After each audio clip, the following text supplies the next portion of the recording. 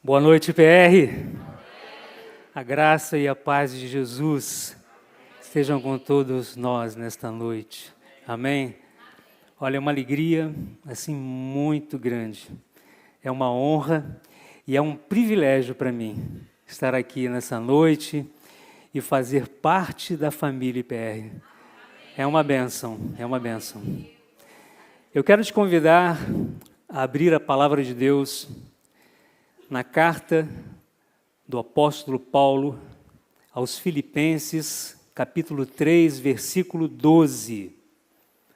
Se você quiser acompanhar na minha versão, será projetado. E eu já quero aqui também louvar a Deus pela vida dos irmãos dessa igreja, dos irmãos das mídias digitais, dos irmãos do som, que não aparecem, mas que são uma bênção. Que é uma bênção. Eu dei um pouquinho de trabalho para eles, mas glória a Deus. Amém. Deus abençoe vocês, em nome de Jesus. Filipenses capítulo 3, versículo 12. A palavra de Deus diz assim: não estou dizendo que já obtive tudo isso, que já alcancei a perfeição, mas prossigo, a fim de conquistar essa perfeição, para a qual Cristo Jesus me conquistou. Pai querido, muito obrigado, Senhor, por essa noite tão especial. Obrigado, Senhor, por esses irmãos que estão aqui presentes e por todos aqueles que acompanham, Senhor, essa celebração. Ó Deus, obrigado pelas Tuas grandes bênçãos, Senhor, sobre nós. Ó Deus, e nesta hora, eu peço, Senhor, que os nossos corações estejam abertos, como palavra boa, como terra boa. Ó Deus, para que possamos, Senhor, ouvir a Tua doce voz por meio da Tua palavra. Ó Deus, que o Teu Espírito Santo assuma totalmente controle. Ó Deus, que sejamos transformados, mais conformados à imagem do nosso Senhor e Salvador Jesus Cristo. E é no nome dele que oramos. Amém. Amém.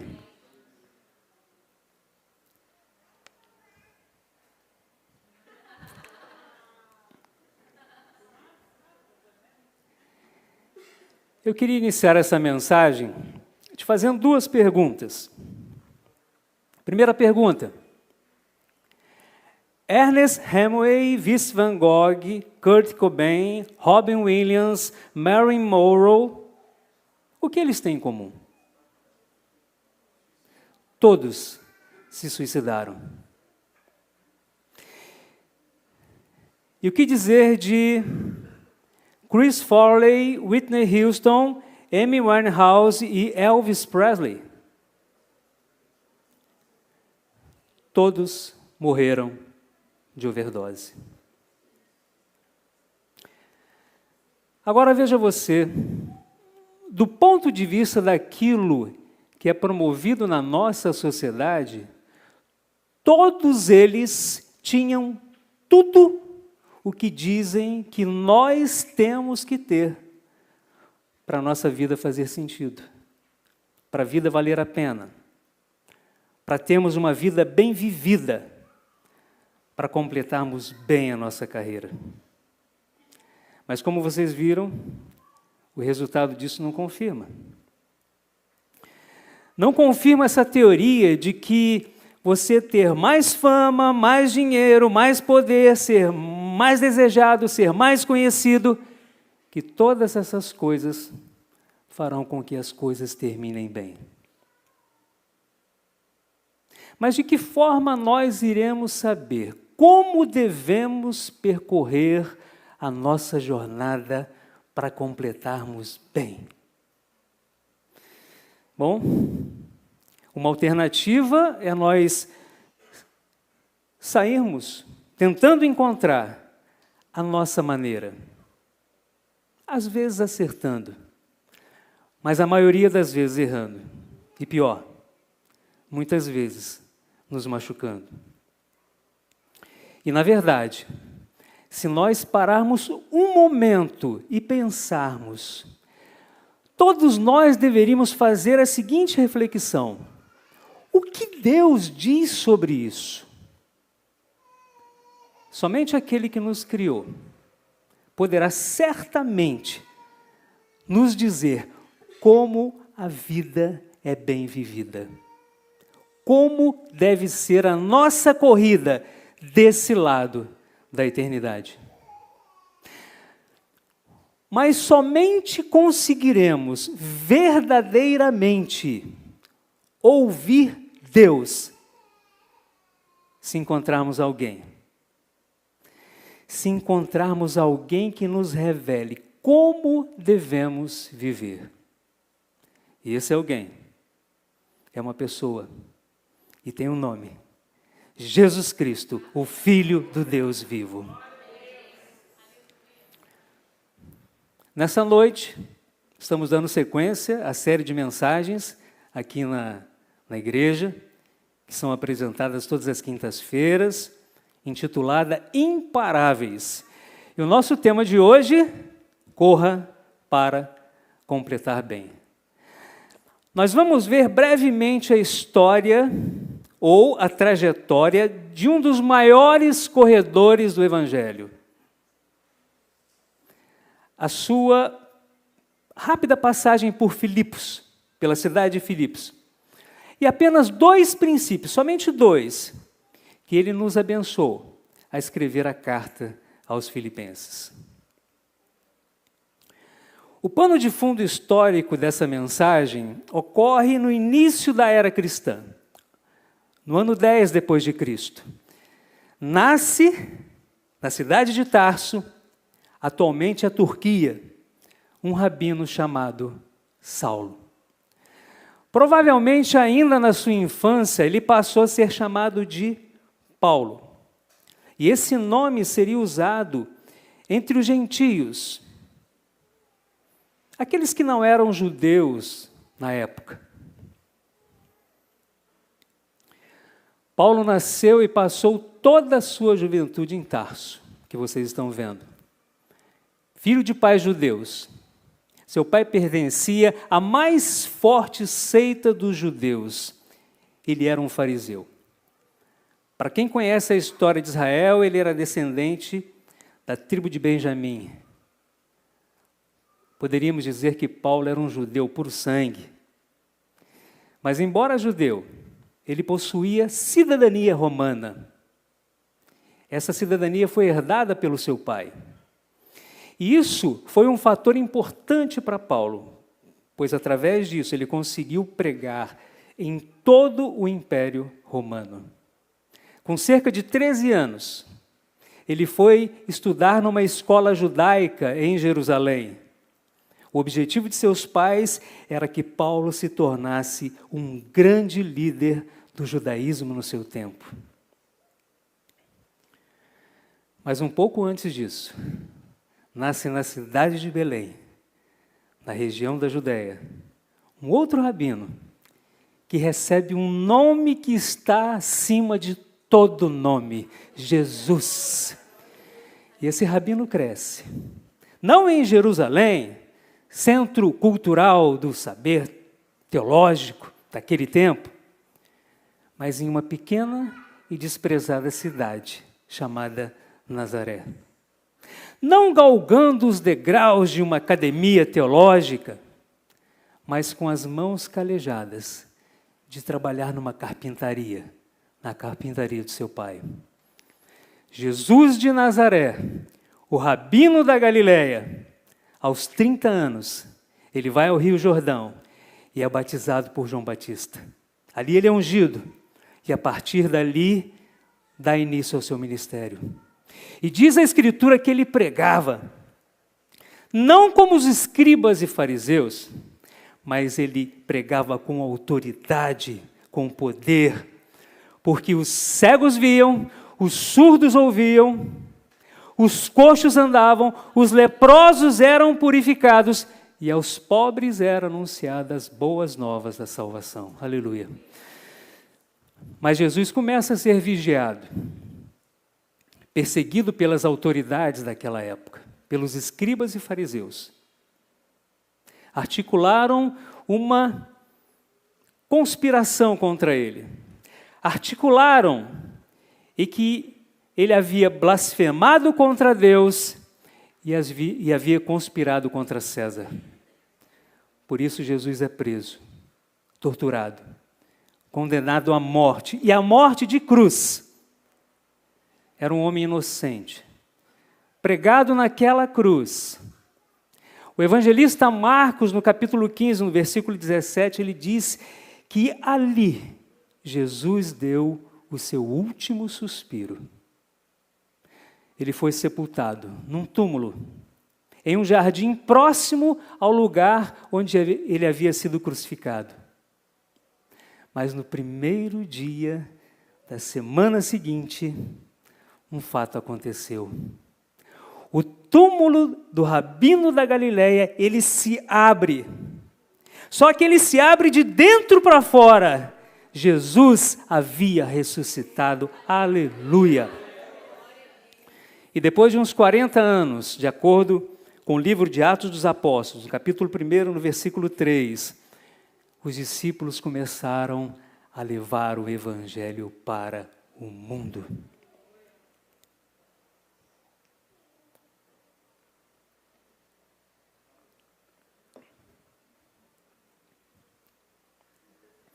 Mas do outro lado da história, Paulo torna-se um membro ilustre do Sinédrio judaico.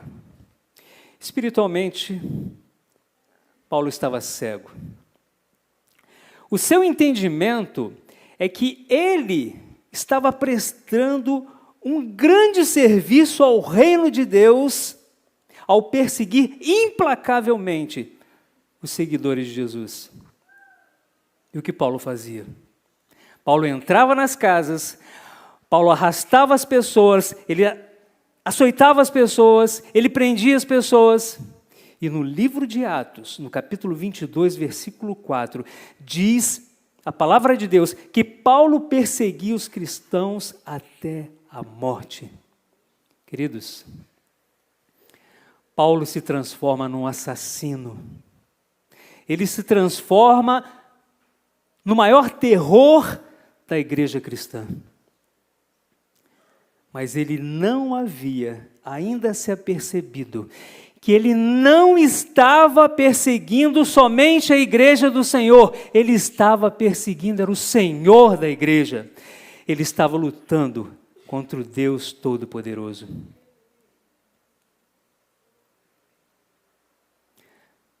Mas Paulo então viaja por uma cidade chamada Damasco.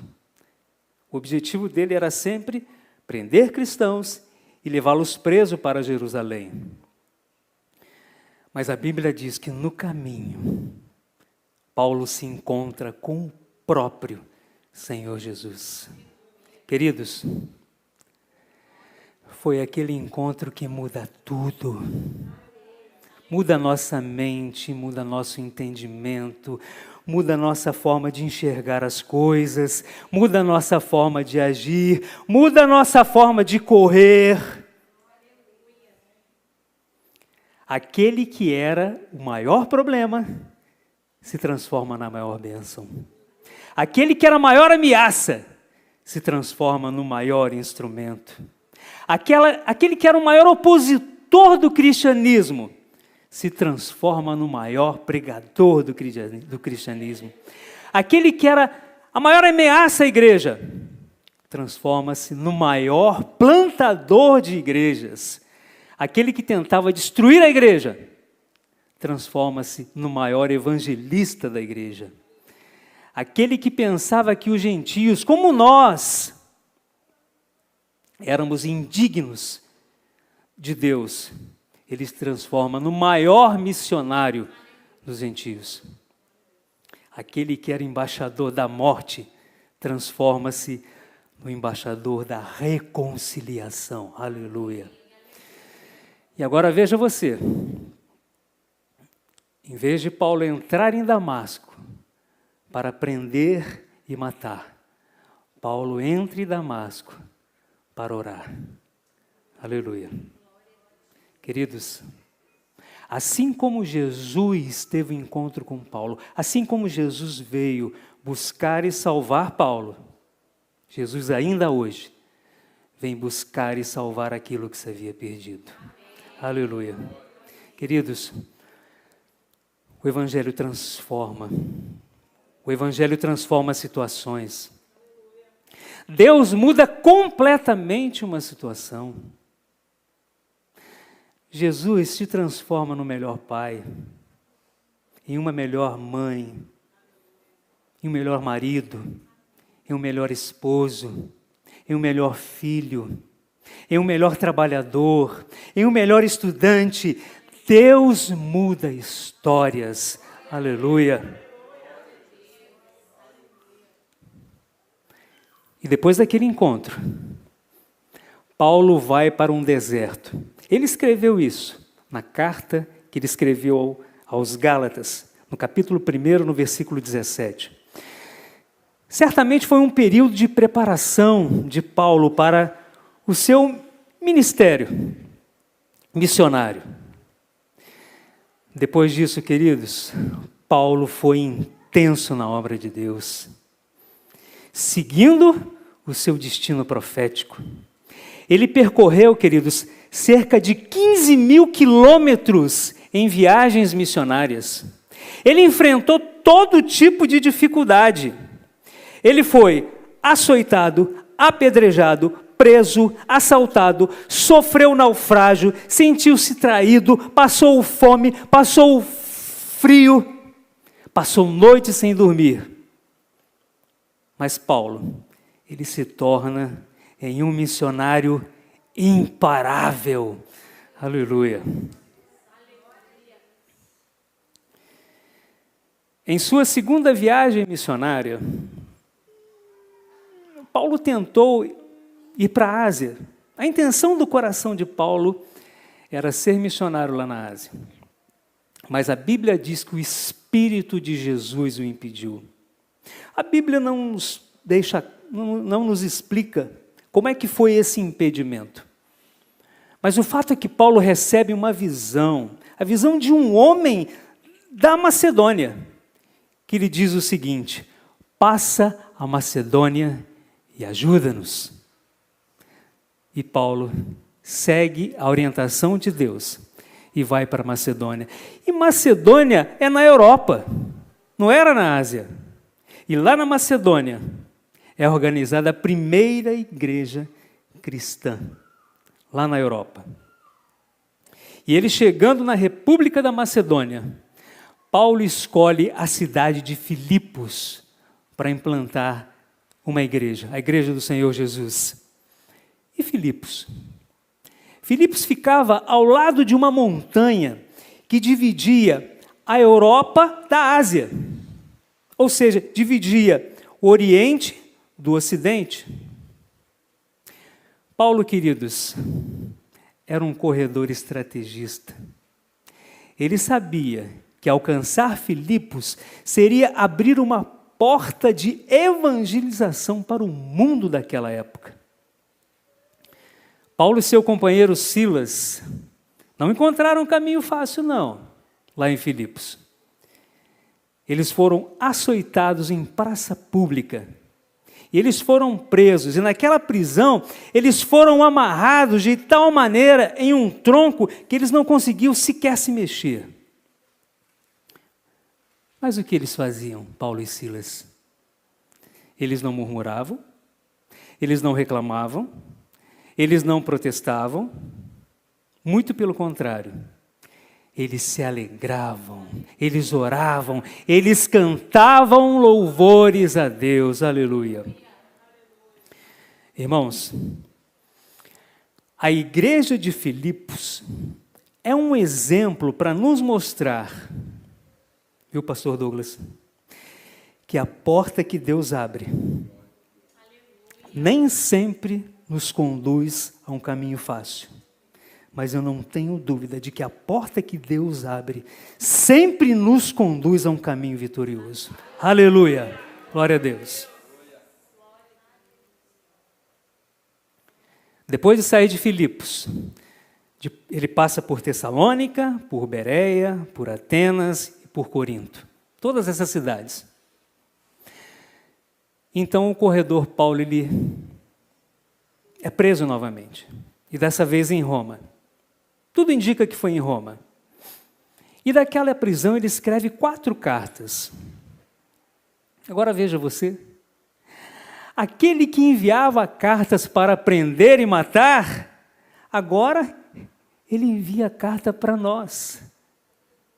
Para salvar e para abençoar. Aleluia. E dessa prisão, Paulo escreveu 4 cartas. Aos Efésios, aos Colossenses, ao seu amado Filemão e aos Filipenses. E para os Filipenses, ele escreve uma carta de gratidão, irmãos, agradecendo a generosidade daquela igreja de Filipos. Filipos foi a igreja mais solidária com Paulo em todo o seu ministério. Em todo o seu ministério, aquela igreja era fiel ao seu obreiro, era fiel ao seu missionário. Parece até como a igreja que fica no final do retiro, né?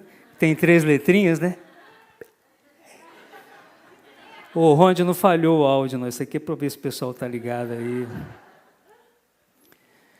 E Paulo, nessa carta aos Filipenses, entre outras coisas, ele nos deixa 2 conselhos valiosos. Nesta carta escrita aos Filipenses, o primeiro conselho: não se acomode na sua corrida para alcançar aquilo que Deus preparou para você. O tempo todo Paulo corria, meus irmãos. Aos Coríntios, em sua primeira carta, ele escreveu, lá no capítulo 9, no versículo 24, portanto, corram para vencer. Aleluia. Paulo é um homem que entende uma coisa que nós precisamos aprender. Eu não posso ficar satisfeito com aquilo que eu já alcancei. Eu preciso alcançar mais. Meu irmão, cuide de sua mente, cuide dos seus sentimentos e cuide das suas ações e prossiga para o alvo. Aleluia. Não seja negligente com a sua vida espiritual, meu querido. Segundo conselho, seja dedicado para alcançar o que Deus preparou para você. Seja concentrado. Não perca o foco no alvo que você precisa alcançar, que você quer alcançar. Outra coisa importante, não gaste as suas energias com coisas que te impedem de crescer, de frutificar. Um relacionamento inapropriado, um coração dividido, com coisas que desagradam a Deus. Queridos, procure meditar na palavra de Deus diariamente. Não deixe de orar, meus irmãos. Aleluia. E esse é meu último ponto. Como completar bem? Essa é a pergunta. Como alcançar a vitória na corrida? Paulo nos ensina. Só que agora, eu vou para a carta aos Efésios. Lembra-se que ele escreveu aos Efésios? Eu vou para a carta aos Efésios. Capítulo 6. Nós conquistamos a nossa vitória quando vem o dia mau, quando nos deparamos com todas as lutas e problemas da vida. E, Efésios 6:11, continuamos firmes. Efésios 6:14, continuamos firmes. Efésios 6:13, continuamos inabaláveis. Aleluia. Então, meus irmãos, a nossa vitória não é somente quando vencemos um desemprego. A nossa vitória não é somente quando recebemos uma cura. A nossa vitória não é somente quando resolvemos um conflito no nosso relacionamento, porque todas essas coisas fazem parte do ciclo das nossas vidas. Mas a nossa vitória é quando vem um problema e você está firme. Vem um outro problema e você está firme. E vem outro problema e você está inabalável. Essa é a nossa vitória, essa é a minha vitória, essa é a sua vitória. Sabe por quê, meus irmãos? Porque nós ainda estamos na pista de corrida.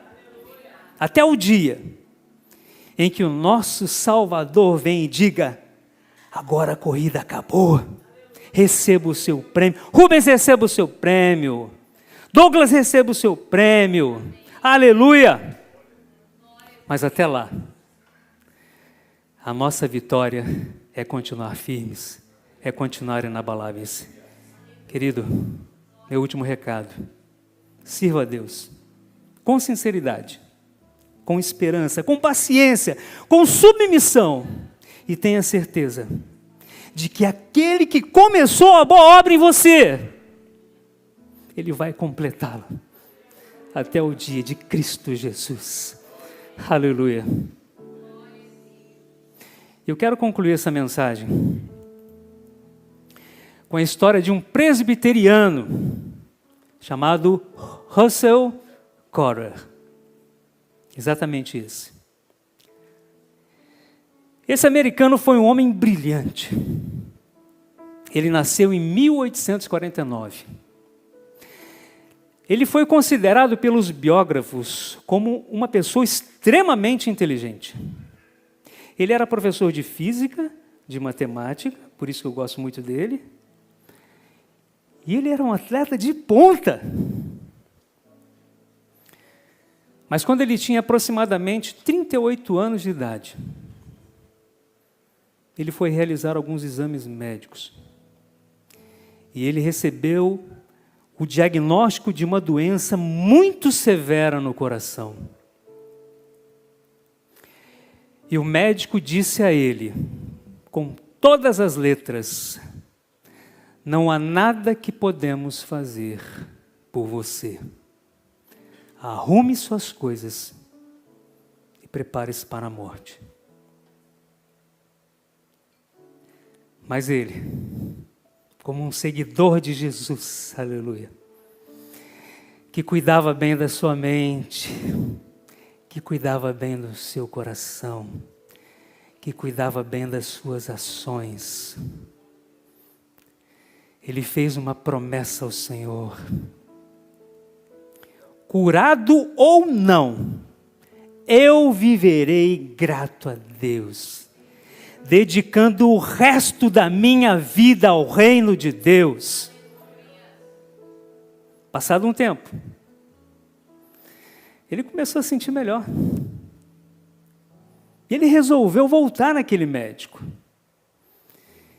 E ele se submete a novos exames. E o novo diagnóstico daquele mesmo médico foi o seguinte: Russell, o seu coração é tão novo quanto você era uma criança. Aleluia. E Russell Cotter, inspirado por Deus, com um sentimento profundo de gratidão, ele escreveu um hino: firme nas promessas. Eu vou ler para você a primeira estrofe e a última estrofe, para você aprender. Aqueles que não conhecem.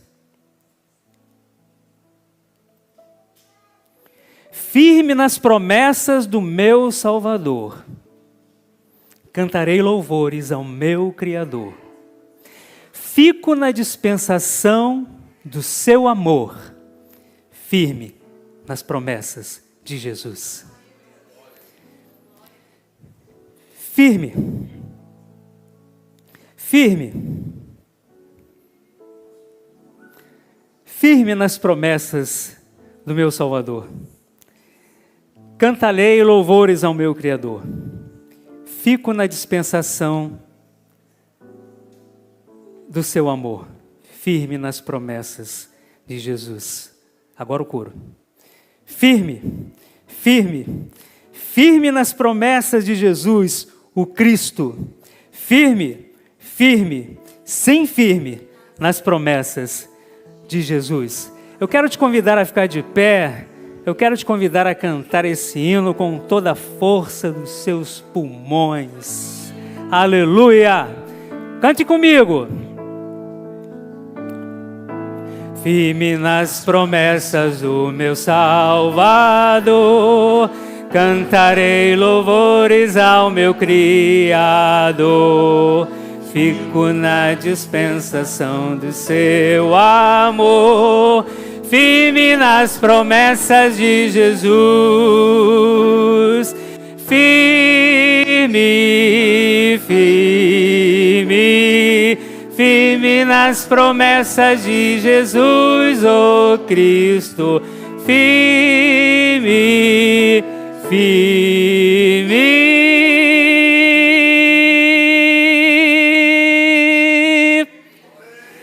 Sim, firme nas promessas de Jesus. Aleluia! Ao Rei dos Reis, ao Senhor dos Senhores. Aleluia.